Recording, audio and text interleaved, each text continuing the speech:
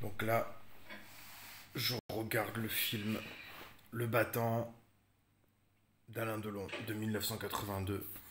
Et c'est un film qu'Alain Delon a réalisé, il joue dedans, il l'a réalisé. Donc si Alain Delon n'avait pas été autre chose qu'une belle figure, il n'aurait pas fait ce film qui est d'une très bonne facture. Puisque vous avez des films qui sont très cités, très célébrés comme Le Clan des Siciliens ou Borsalino, mais quand vous regardez Le Battant qui a été réalisé par Alain Delon, vous sentez quelque chose de beaucoup plus ardent, de beaucoup plus tenace, alors que Le Clan des Siciliens est un film euh, qui mérite le détour, car vous avez surtout l'alignement de trois figures remarquables, que sont Lino Ventura, Jean Gabin, Alain Delon. Borsalino est un film très folklorique, est un film très coloré, est un film assez chouette, mais je ne considère pas que Borsalino est un film qui brille de par euh, la frénésie des présences d'Alain Delon et de Jean-Paul Belmondo, qui sont plutôt dans l'underplay dans Borsalino. Je ne trouve pas qu'Alain Delon et Belmondo livrent des performances très électriques dans Borsalino, où leur présence est plutôt plate au final. Ce qui est dommage, malgré le fait que Borsalino reste quand même un bon cru avec une certaine célébration de cette collision entre deux acteurs qui devaient se rencontrer indéniablement à cette époque. Mais vous prenez Le Battant, vous avez quelque chose de beaucoup plus tenace, de beaucoup plus ardent dans la manière de battre le fer de l'histoire, la mise en scène, le scénario, et surtout vous avez Alain Delon qui est déjà marqué par des années de carrière et qui rencontre la jeune Anne Parillot, et tous les deux sont un couple absolument magnifique. Et Le Battant de 1982, c'est un film qu'Alain Delon a réalisé, il a joué dedans, et c'est un film absolument, je dirais presque impeccable, qui n'a rien à redire, et qui prouve qu'Alain Delon a bien assimilé euh, l'intégrité d'un style, quelque chose qu'il a certainement engrangé au contact de certains metteurs en scène, comme Jean-Pierre Melville, mais il s'approprie quelque chose de très personnel, de très direct, et ça marche très bien. Et j'ai été très atterré, très consterné de voir ce type, Gérard Faure, sortir un bouquin récemment. Je ne préfère pas en parler, mais c'est très mauvais. Et surtout, ce que je tenais à dire, c'est qu'Alain Delon est une fierté nationale, et il a rayonné à l'international. Et je, je répète souvent, la dernière fois je rentrais du Vintage Pub en taxi avec un monsieur qui était plutôt très instruit de la belle époque, et je lui disais, vous savez, je n'ai beau ne pas être de cette époque-là, mais il est intolérable de mal parler d'Alain Delon et de Jean-Paul Belmondo. Et beaucoup de fois, je parle de Jean-Paul Belmondo, et souvent les gens me disent, ah, je le préfère à son collègue, là, Delon, mais les gens ne sont complètement tarés. Car non pas qu'il y ait une véritable interdépendance entre les deux, bien que parfois il serait tentant de le dire, ils sont à la fois rivales sans être rivales, ils sont à la fois complémentaires sans être complémentaires. Des tas de choses les séparent et peuvent éventuellement les réunir, mais en tout cas, je trouve que c'est complètement stupide de dire systématiquement, ah oui, j'aime Belmondo, je le préfère à son collègue là, Delon. C'est complètement stupide. Et là, c'est la fin du film Le Battant, et ça se termine bien.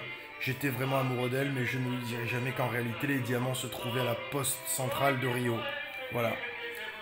Donc ça, c'était Le Battant d'Alain Delon, et je recommande fortement. Et Dieu soit loué que nous ayons cette merveilleuse époque du cinéma français qui a été portée par ces acteurs-là. Sinon, ça serait catastrophique, et il ne pourrait pas y avoir d'autres célébrations que celle-ci. Et certains acteurs américains, en particulier un acteur que j'ai beaucoup respecté, que j'ai beaucoup admiré, j'ai même eu beaucoup de fascination pour lui, c'est Robert De Niro. Eh bien, ça fait déjà plusieurs années que je ne peux pas tolérer ce qui se passe, c'est-à-dire un acteur qui fut un temps était un acteur qui a apporté des choses complètement déroutantes, complètement sidérantes, de par la rigueur d'un art, d'un métier, soudainement, progressivement, à travers les années 2000, a fini par oublier toute forme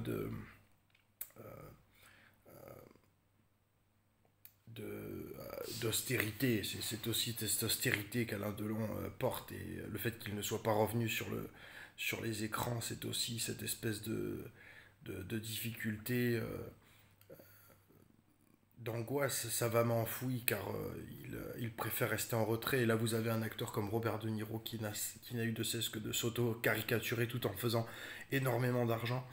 Et ça, c'est quelque chose qui m'a beaucoup désespéré, qui fait qu'aujourd'hui, ça n'est pas parce que The Irishman est sorti que tout est pardonné. Il aurait été beau que De Niro revienne en effet dans The Irishman après s'être modéré, après avoir pratiqué le retrait, mais là non, il a été systématiquement présent dans des films qui sont absolument grossiers, aberrants comparés à ce qu'il a été avant. Donc on peut dire que les époques changent, mais ça n'est pas bien analysé le truc. Je crois que si on regarde de plus près, il s'est vraiment foutu de notre gueule. De Niro s'est vraiment foutu de notre gueule, et je préfère maintenant, alors qu'à l'époque j'étais un fervent défenseur de Niro, je préfère maintenant. À la rigueur, regarder des films avec Al Pacino, puisque Delon et Belmondo ont été des sortes de rivaux. Pareil pour De Niro, Pacino. Je pense que Pacino s'est beaucoup plus modéré, était beaucoup plus beaucoup moins grossier que De Niro durant ces 15 dernières années dans ses choix cinématographiques. Donc voilà. Donc c'est toute une époque qui est en train d'être abolie. Ce sont des choses qui sont en train de radicalement changer. Peut-être que nous aurons des acteurs qui seront des acteurs transhumanistes. Donc ce sont des choses qui méritent d'être encore célébrées. Ça mérite d'être encore dit. En tout cas, le Battant a été un film réalisé par Alain Delon.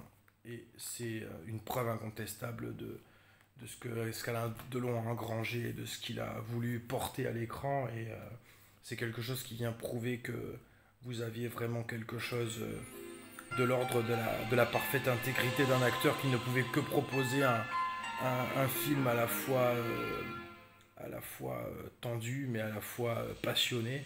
Et je crois que ça mérite simplement que je le remette du début pour pouvoir apprécier de nouveau cette collision entre Alain Delon marqué, traqué, et Anne Pariot qui rappelle qu'il a existé une époque où les femmes étaient montrées comme